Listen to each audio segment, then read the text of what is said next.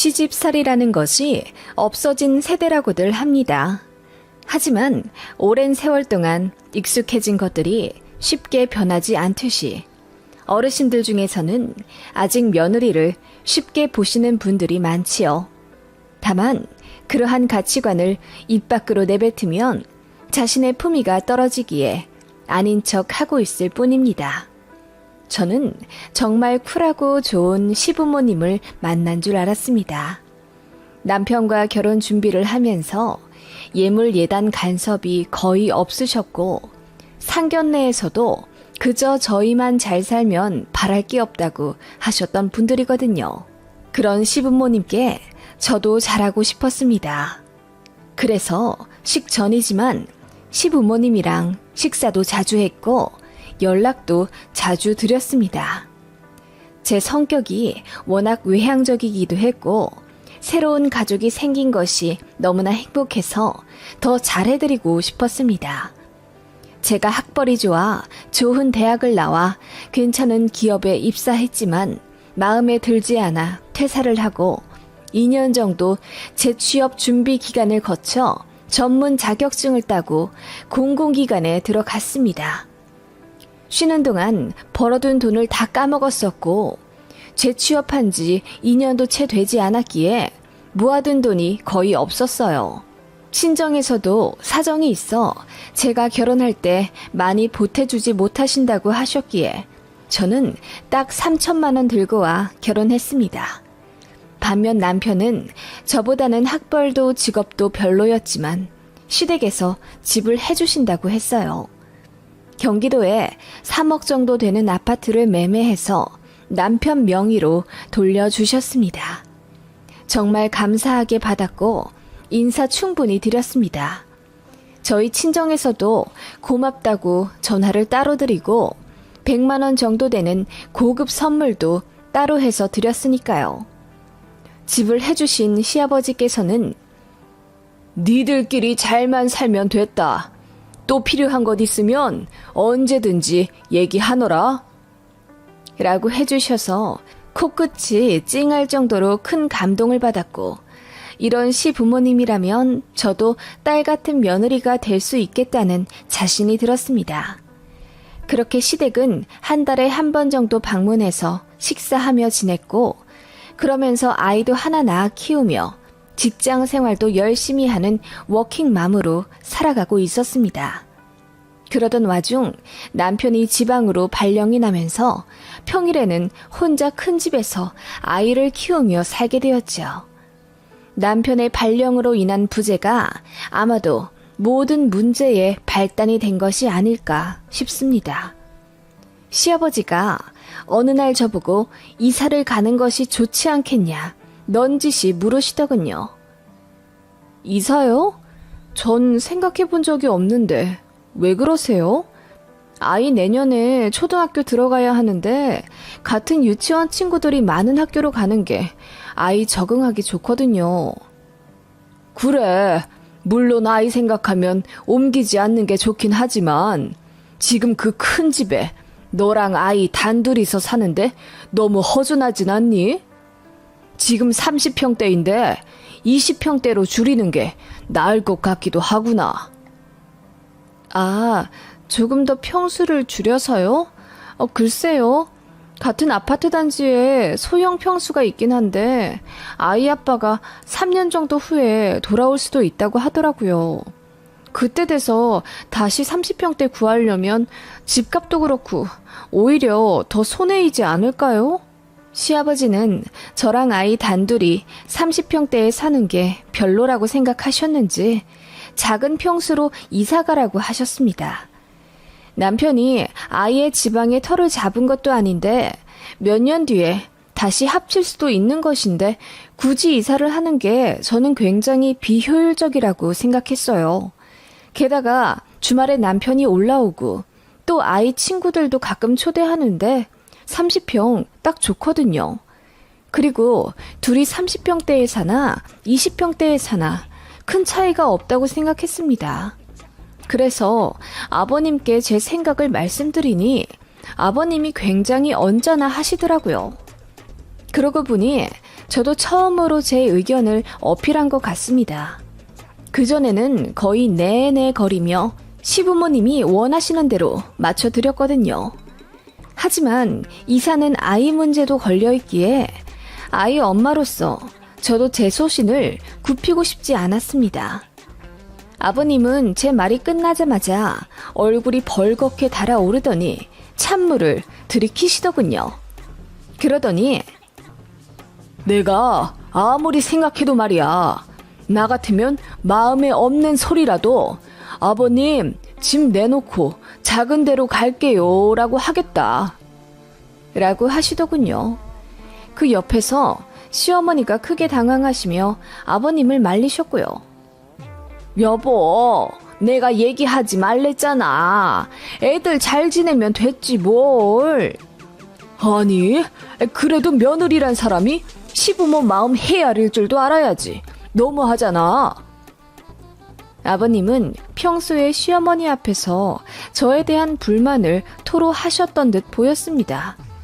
저는 정말 이해가 안 가서 아버님에게 그게 무슨 말씀이냐고 물었습니다. 그랬더니 아버님이 호통을 치시며 내가 너만 잘 먹고 잘 살라고 그 큰 집을 해준 것 같으냐? 내 아들도 잘 살으라 집 해준 거지. 그런데 정작 내 아들은 지방 원룸 방 한 칸짜리에서 불편하게 살고 있는데 집 해준 애비의 심정은 어떨 것 같으냐? 라고 하시는 거예요. 그 순간 저는 머리를 한 대 맞은 듯 현기증이 나더군요. 단 한 번도 그렇게 생각해 본 적이 없거든요. 아버님은 남편이 지방으로 발령 난다는 소식을 듣자마자 아들 내외에게 해준 집부터 생각이 나셨던 모양이에요. 저는 그 집에서 산 지 거의 7년이 다 되어가기 때문에 그저 익숙해서 그런 생각을 못했던 거고요. 시부모님께는 충분히 집을 해주신 것에 대한 감사함을 표현하며 살고 있다고 생각했습니다. 그래서 만날 때마다 밥 사드리고 선물 정성껏 골라 드렸던 거고요. 용돈도 적지 않게 드렸다고 생각합니다. 생신 때마다 시부모님 각각 100만 원씩 넣어드렸으니까요. 그런데 아버님이 속으로 그런 생각을 갖고 계신 줄은 정말 몰랐습니다. 아버님은 집도 집이지만 제가 평소처럼 생글생글 웃으며 순정적으로 나오지 않으니 더 화가 나셨던 것 같아요. 저는 정말 아닌 밤중에 홍두깨 수준으로 깜짝 놀랐고요. 그날 저희 아이도 할아버지가 호통치시는 모습에 놀라 울고 불고 하는 바람에 분위기 안 좋게 식사 마치고 집에 왔습니다. 그리고 남편에게 전화 걸어 모든 사실을 알렸더니 한숨을 내쉬며 사실 자기도 알고 있었다고 하더군요. 발령 난다는 소식을 듣자마자 아버님이 집 얘기부터 하셨답니다. 아들 없이 며느리랑 손녀만 30평대에 사는 게 마음에 안 드니 집을 새를 지어 20평대나 10평대 작은 평수로 살다가 아들이 돌아오면 세입자 나가게 하고 원래 집으로 들어오라 하셨답니다.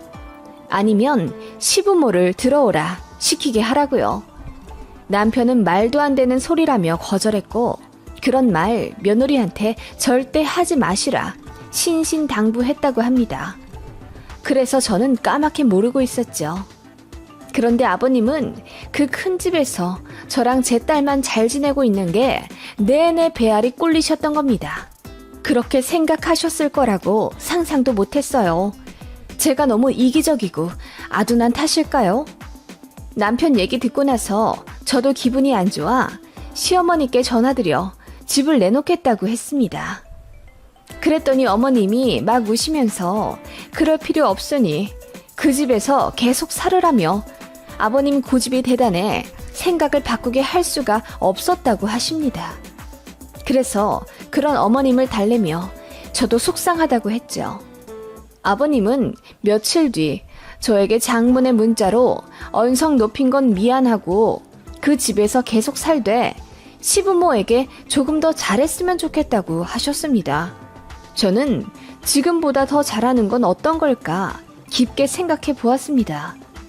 지금도 남편 없이 한 달에 한 번씩 시부모님을 뵙고 안부 전하며 생신, 명절도 잘 챙겨드리는데 여기서 더 잘하라는 건 어떤 걸 의미하는 걸까 싶더라고요. 제가 아버님께 전화드려 아버님의 의중이 대체 무엇이냐고 물어봤습니다. 그랬더니 아버님께서 헛기침을 하며 남들은 생일날 되면 며느리가 차려주는 생신상 받는다더라.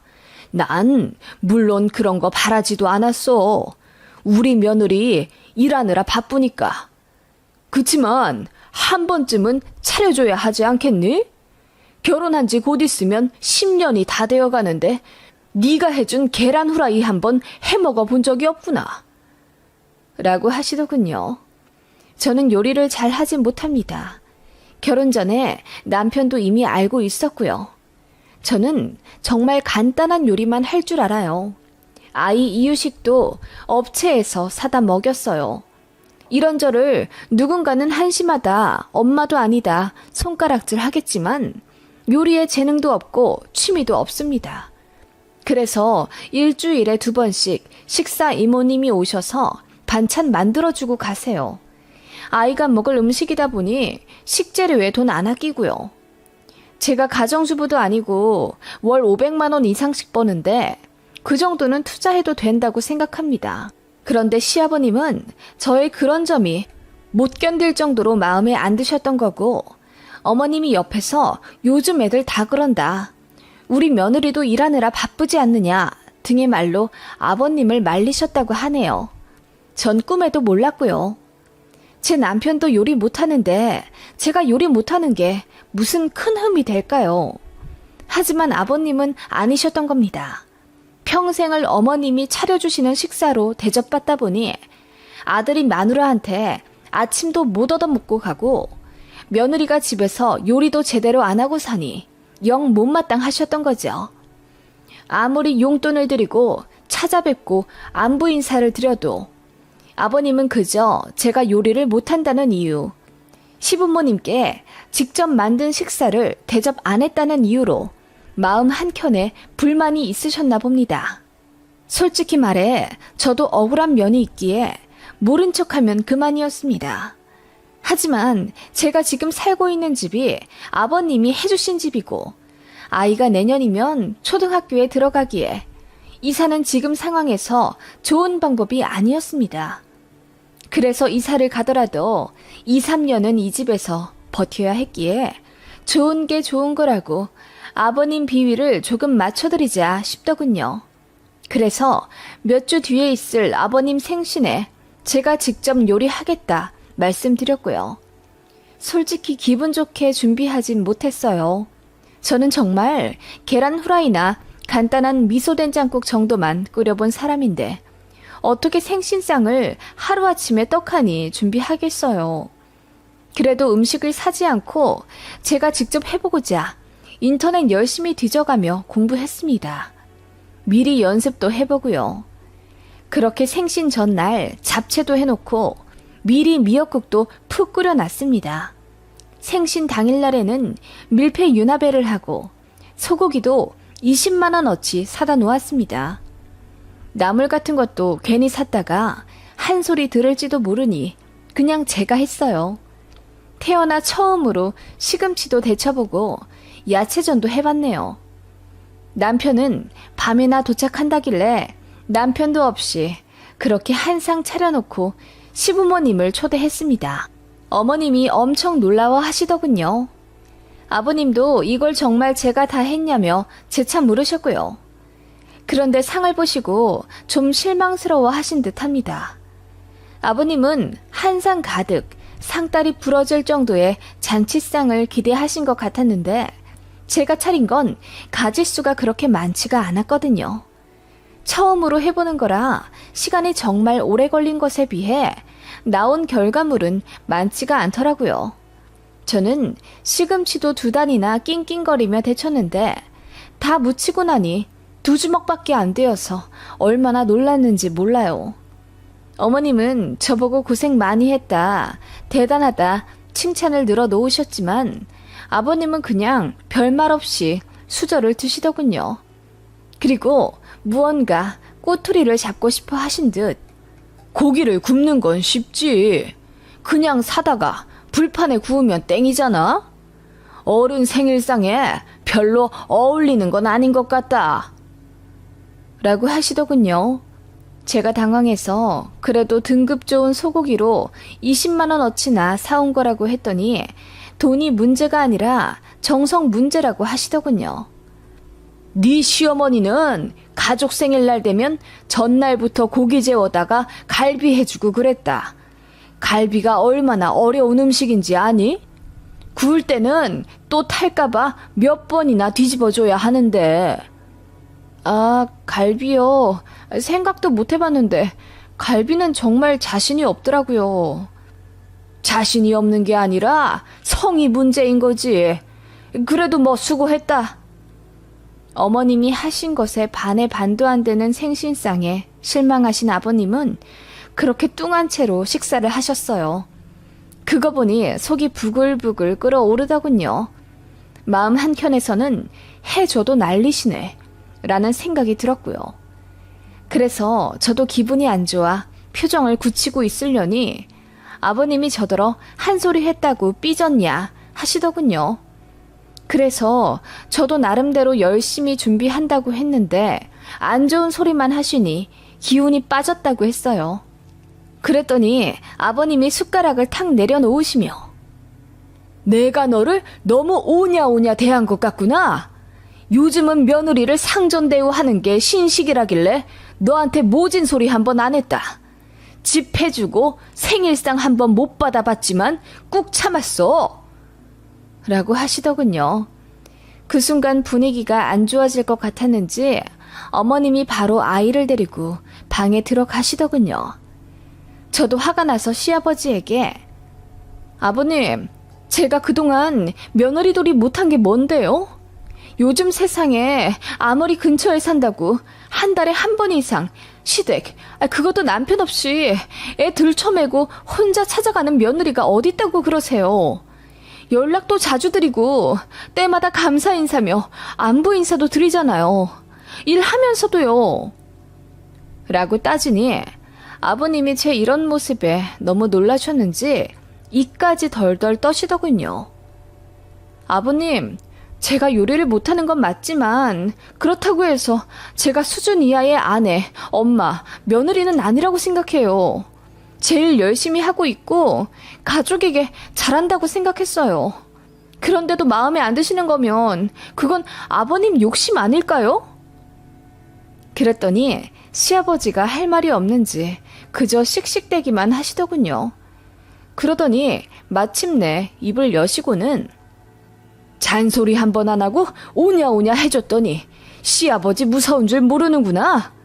집에 돈 하나 안 보탠 주제에 너 이따위로 굴 거면 내가 해준 집에서 당장 나가라! 라고 하시더군요. 저는 그 말에 너무나도 화가 났고 시아버지께 정이 바로 떨어지더라고요. 그래서 알겠다고 하고 2주 안에 짐 다 뺄 테니 알아서 부동산 내놓으시던지 맘대로 하시라 했습니다. 그러자 시아버지가 저에게 손가락질을 하며 네 자식 생각은 안 하더냐. 이럴 때는 그냥 아버님 죄송합니다 하면 되는 것이다. 나가랜다고 홀랑 또 나갈 생각을 해? 라고 하시더군요. 아버님은 자식 생각 안 하세요? 아버님이 이렇게 나오시면 아들 가정은 평탄할 거라 생각하시나 보죠? 저 그냥 이혼하려고요. 제가 뭐가 모자라서 이런 모질이 취급을 받아야 하는지도 모르겠고 저 나름대로 아버님이랑 잘 풀어보자고 안 해본 요리까지 해가며 생신상 차려드렸는데 그놈의 갈비 하나 없다고 툴툴 드시는 거 보니 잘 지내긴 글렀네요. 저 집 안 해온 건 맞는데요. 남편보다 능력 있어서 돈 더 많이 벌어요. 그러면서 아이케어 혼자 다 하고 시부모님께 도리하며 살았다고요. 발령나서 홀로 원룸살이 할 아들보다 이 큰 집에서 동동거리며 혼자 애 키우고 이래야 하는 며느리 생각은 절대 생각 안 나시나 보죠? 제가 분노에 차서 아버님께 울분을 터뜨렸습니다. 그 순간에는 정말 이혼하고 싶더라고요. 그랬더니 제 말에 아버님이 온몸을 사시나무처럼 떨며 황당해 하시더군요. 저는 그대로 이사갈 준비해야 하니 시부모님께 나가시라 했습니다.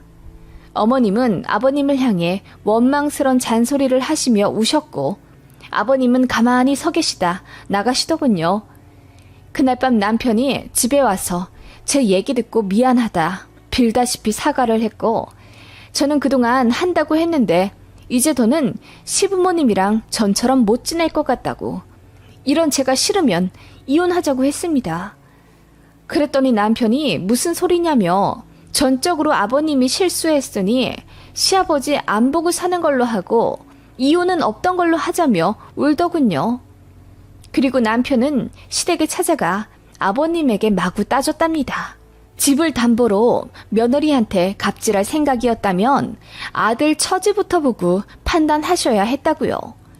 자기가 마누라보다 잘난 것도 없는데 이렇게 잘하는 아내, 며느리, 엄마가 어딨냐며 아버지 때문에 이혼당하면 절대 용서 안 한다고 엄청 대들었다더군요. 저희는 결국 이사 갔어요. 아버님이 나중에 미안하다며 사과까지 하셨지만 저는 더는 그 집에 살기 싫더라고요. 제 능력으로 근처에 30평대 신축 아파트 대출 조금 낀 채로 매매해서 들어왔습니다. 그 사건 이후로는 어머님이랑은 만나되 아버님이랑은 절대 안 보고요. 전화도 안 합니다. 명절에도 시댁은 안 찾아가요. 어머님이 저희 집에 오시고요. 아버님 오시면 문 절대 안 열어드린다고 했습니다. 그렇게 아버님 안 뵙고 산 지 지금 3년이 넘어갑니다. 이런 제가 매몰차다 하실 분들도 계시겠지만 저는 너무 속 시원해요. 아버님은 거의 화병이 나셨다고 하더군요.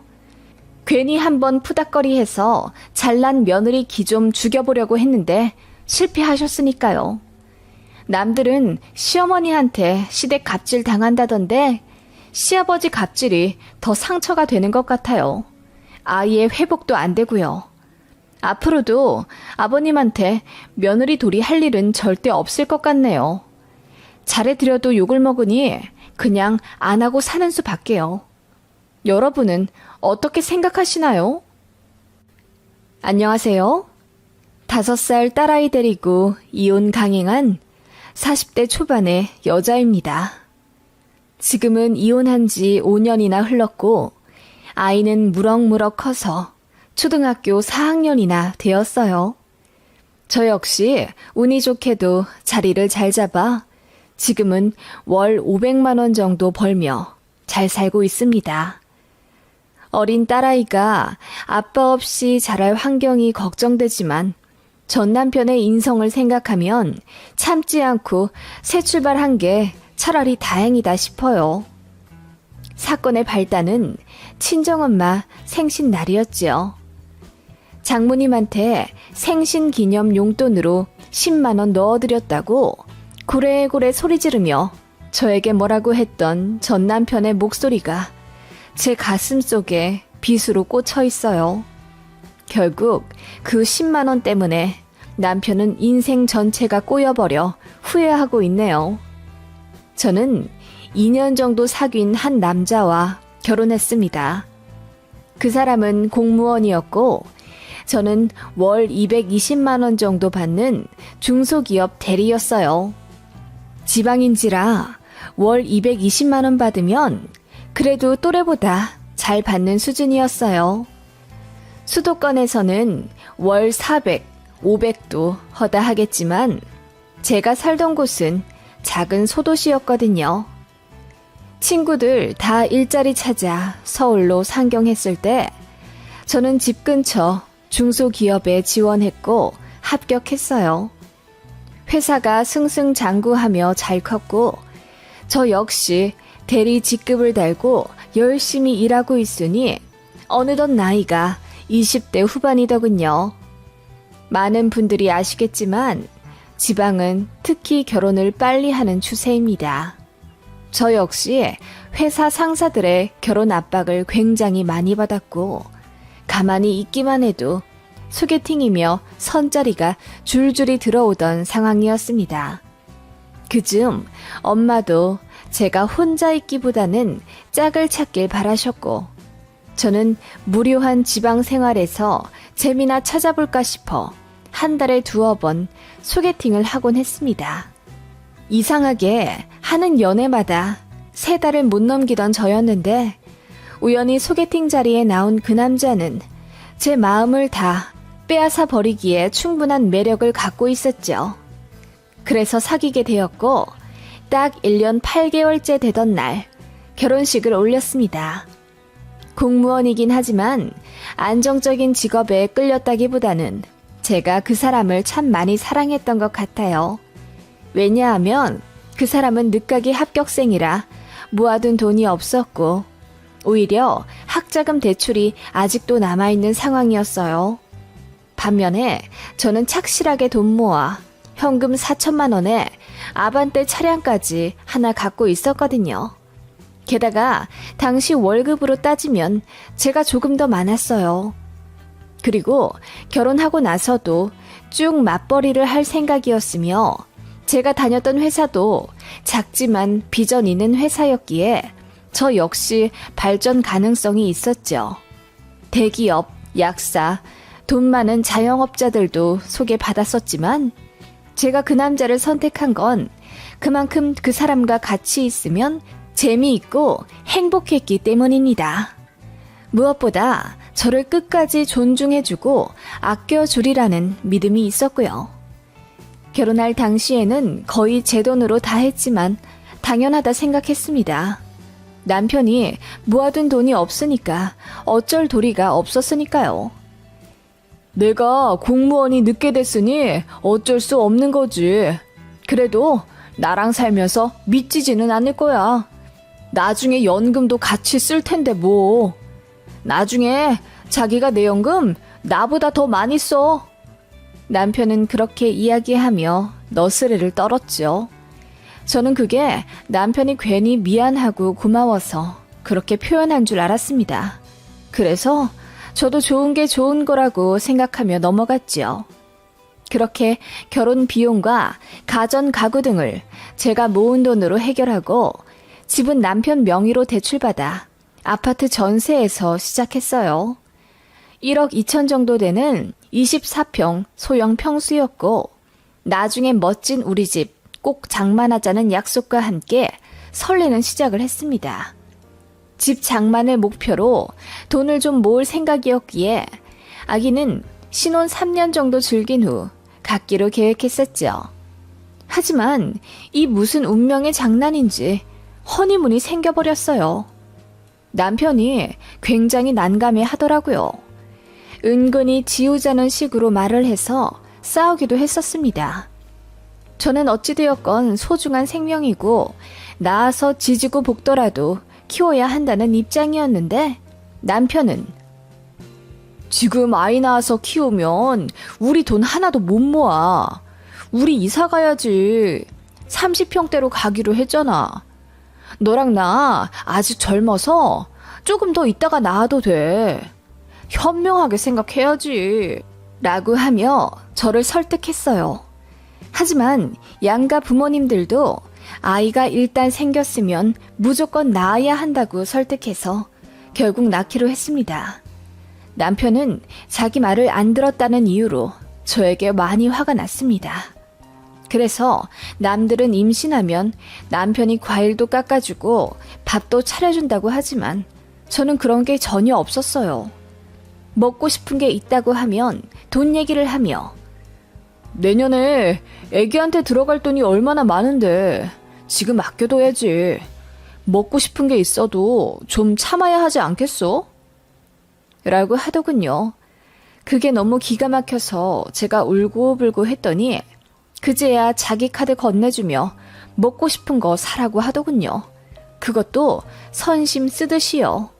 얼마나 치사하던지. 그래서 먹고 싶은 게 생기면 그냥 제 카드로 긁어 사 먹었어요.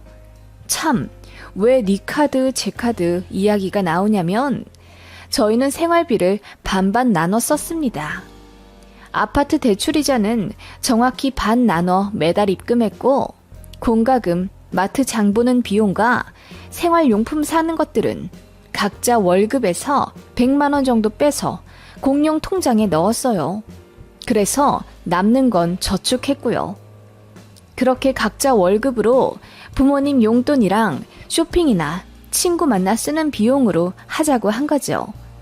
바보 같았지만 남편이 그렇게 해야만 돈이 모인다고 빡빡 우겨서 그렇게 했습니다. 제가 임신하고 나서 땡기는 음식은 마트에서 장 보고 난 이후라 개인 용돈에서 써야 한다고 하더군요. 알뜰하고 계획적인 남편의 모습이 생활력 있어 보여서 결혼을 한 건데, 남편은 결혼하고 나서도 실리만 추구하고 있으니 정이 떨어지기 시작하더군요. 그렇게 임신 8개월쯤 되었을까? 예정일보다 빨리 배가 아파졌어요. 그래서 병원에 갔더니 벌써 자궁문이 열리기 시작하니 빨리 입원해야 한다더군요. 회사에 급하게 출산 휴가 쓰고 부랴부랴 출산 준비를 했습니다.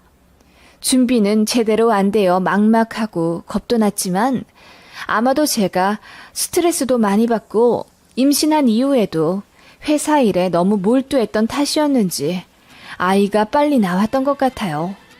그렇게 아이는 인큐베이터에 2주 정도 있다가 나왔습니다.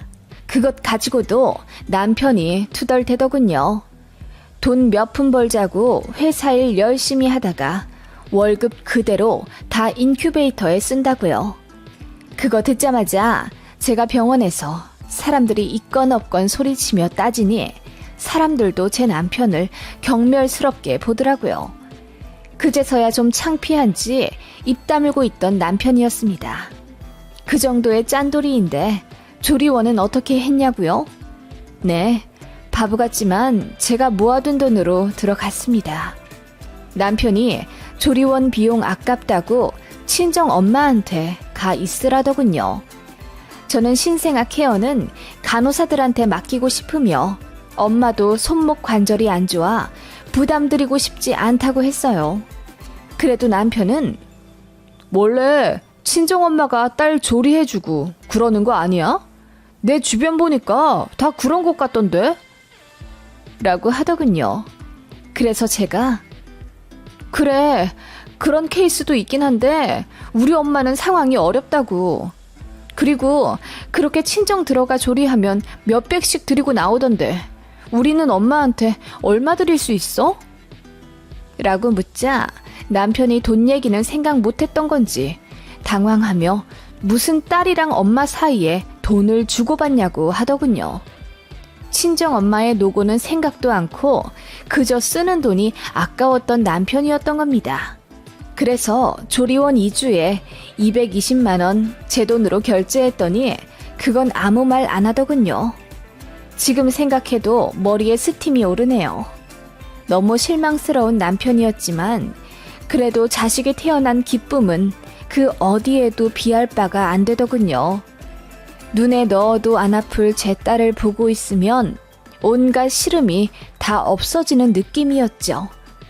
그렇게 소중한 제 아이에게 뭐든지 다 해주고 싶었지만 남편의 소비 간섭이 심했습니다. 일단 분유부터 난관이었죠. 마음 같아서는 수입산, 최고로 비싼 영양가 많은 분유를 먹이고 싶었지만 남들처럼 적당한 가격대로 골라 마트에서 사다 먹이고 있었는데 그것도 비싸다고 툴툴대더군요. 알고 보니 완전히 모유수유하지 않는다는 게 불만이었던 거죠. 제가 전 양이 많지 않아 혼합, 그러니까 분유랑 수유를 번갈아 가며 아이에게 주고 있었는데 제 능력이 부족해서 안 나가도 될 돈이 나간다고 생각했던 겁니다. 나중에 부부싸움 하면서 알게 되었죠. 그리고 기저귀 값도 아껴야 한다며 굳이 중고로 사오려고 하더군요. 아이에게 맞는 게 있는데 그런 건 생각도 안 하고 그저 싸면 좋다고 생각해서는 남이 쓰다가 안 맞아 내놓은 봉투 다 뜯어진 것도 5,000원에 사오더라고요. 보니까 이미 오염되어 있어 찝찝한 것들이었어요. 이런 거에 돈 아끼고 싶냐고 화를 내며 따졌더니 다 저 때문이라네요. 모유만 잘 나왔어도 괜한 분유값에 돈 쓰지 않았을 거잖아. 그리고 여자가 모유 수유하면 더 빨리 회복한다더라. 네가 그러니까 골골대는 거잖아. 빨리 회복해서 회사 나갈 생각을 해야지. 지금 나 혼자 아파트 대출금 이자 갚고 있는 거 안 보여? 가뜩이나 애 낳고 카드값도 장난 아닌데 나만 발 동동거리는 거지? 남편은 그렇게 모진 소리를 아무렇지 않게 하더군요. 저는 아이는 적어도 2돌은 지나서 어린이집에 보내고 싶다고 했어요. 제가 있던 회사가 저를 많이 배려해 주었기에 아무리 중소기업이라지만 출산 휴가는 공무원이나 대기업만큼 해주겠다고 했거든요. 대신 꼭 돌아오라는 약속을 했고요. 그래서 회사 믿고 저도 24개월 정도 온전히 아이와 함께 있고 싶었어요. 논다는 건 아니었고 저도 아이를 재우고 틈틈이 회사랑 연락하며 상황 알고 관련 지식을 쌓기 위해 자격증 공부도 하는 등 자기 개발을 쉬지 않았죠. 그런데 남편은 제가 허송세월 보낸다고 합니다. 요즘 어린이집이 얼마나 좋은데 100일 되자마자 보내는 엄마들도 많다고 하더라. 무슨 2돌이나 끼고 있으려고 해? 그냥 네가 편하자고 일 안 나가는 거지? 애 핑계 대는 거 창피하지도 않냐? 뭐라고? 내가 애 핑계 대고 집에 있으려 한다고? 나 복직하려고 준비하는 거 안 보여? 애한테 지금 가장 필요한 건 엄마야. 당신은 어차피 퇴근하면 힘들다는 이유로 애랑 놀아주지도 않으면서 뭘 그렇게 잘한다고 어린이집 타령이야. 다 때가 있는 거야. 그리고 무급도 아니고 유급 휴가인데 뭐가 그렇게 불만인데. 기본급의 60% 들어오는 거 가지고 꽤나 유세다. 너 지금 앉아있는 이 아파트 내가 대출금 갚고 있다는 거 잊지 마. 남편은 그렇게 지독하게 돈 타령을 해댔습니다. 아이는 안중에도 없는 사람처럼 말이죠. 그쯤 되니 저는 진지하게 이혼 생각이 들더군요. 아이가 아빠를 좋아해서 가슴이 찢어질 뿐이었습니다. 정작 그렇게 좋아하는 아빠라는 인간은 자기 입에 들어가는 딸기도 아까워서 마트 가면 값싼 바나나만 사오는 사람인데요. 처참한 기분이었고 더러워서 당장 회사에 나가고 싶었지만 아이를 생각해 참았습니다. 이렇게 소중하고 어여쁜 어린 딸을 조금 더 옆에 끼고 말도 가르치고 사람 구실 더 잘하면 어린이집에 보내고 싶었습니다. 18개월 되면 제가 회사에 나갈 거라고 생각했던 남편은 제가 24개월로 복직을 미루자 방방 뛰며 화를 내더군요. 급기야 저에게 주었던 생활비 카드까지 뺏어가 버렸습니다. 약속과 다르다면서요. 남은 반년은 제게 들어오는 육아휴직비로 쓰라더군요. 제가 먹는 것은 당연하고 아이 먹는 것, 입히는 것까지 모두 포함해서요. 그래서 아이 잠들면 늘 싸웠습니다. 당신 정말 치사하게 굴래? 이럴 거면 나 당신이랑 못 살아. 나도 너랑 못 살아. 그렇게 치사하면 빨리 회사 나가. 너 이대로 주저앉아서 전업되려고 하지? 그 말에 제가 욱해서 세게 나갔습니다. 그래, 전업주부 하려고 한다. 왜? 이혼이라도 하게? 뭐? 전업주부? 나야말로 전업주부랑은 절대 못 살아. 어떻게 이 험난한 세상을 나 혼자 외벌이로 돈 벌어? 전업주부는 나중에 남편 연금 같이 받아먹을 자격도 없는 거야. 저는 그때 남편의 생각을 제대로 알았죠. 이 사람과는 100년 해로할 자신이 완벽히 없어지고 말았습니다. 처참한 기분이 들었고 밤마다 울었습니다. 그리고 나서 머지않아 친정어머니 생신이 돌아왔습니다. 그 몇 주 전에 있던 시아버지 생신날은 남편이 현금 20만 원에 소고기 사다 드렸더라고요. 그리고 저도 시댁 가서 시어머니를 도와 미역국 끓이고 이것저것 요리해 생신상 차려드렸고요. 저희 친정엄마 생신에는 생신상까진 못하더라도 그 정도는 남편이 준비해 줄 줄 알았습니다. 그런데 못 가니까 저더러 알아서 챙겨드리라고 하더군요. 아마도 저랑 싸워서 기분이 안 좋아 그랬던 것 같습니다.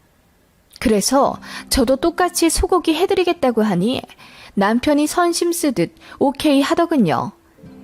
그리고 생신에 드리게 현금 용돈 좀 뽑아달라고 했더니 왜 제 돈 안 쓰냐 묻더군요. 용돈은 각자 돈에서 각출해서 쓰기로 했잖아. 작년에도 그리 했으면서 올해는 왜 나한테 달라고 그래? 정말 이럴래? 작년이랑 올해는 상황이 다르잖아. 내 육아휴직 급여로 아이 간식도 겨우 사는 거 몰라? 나 돈 하나도 없다고.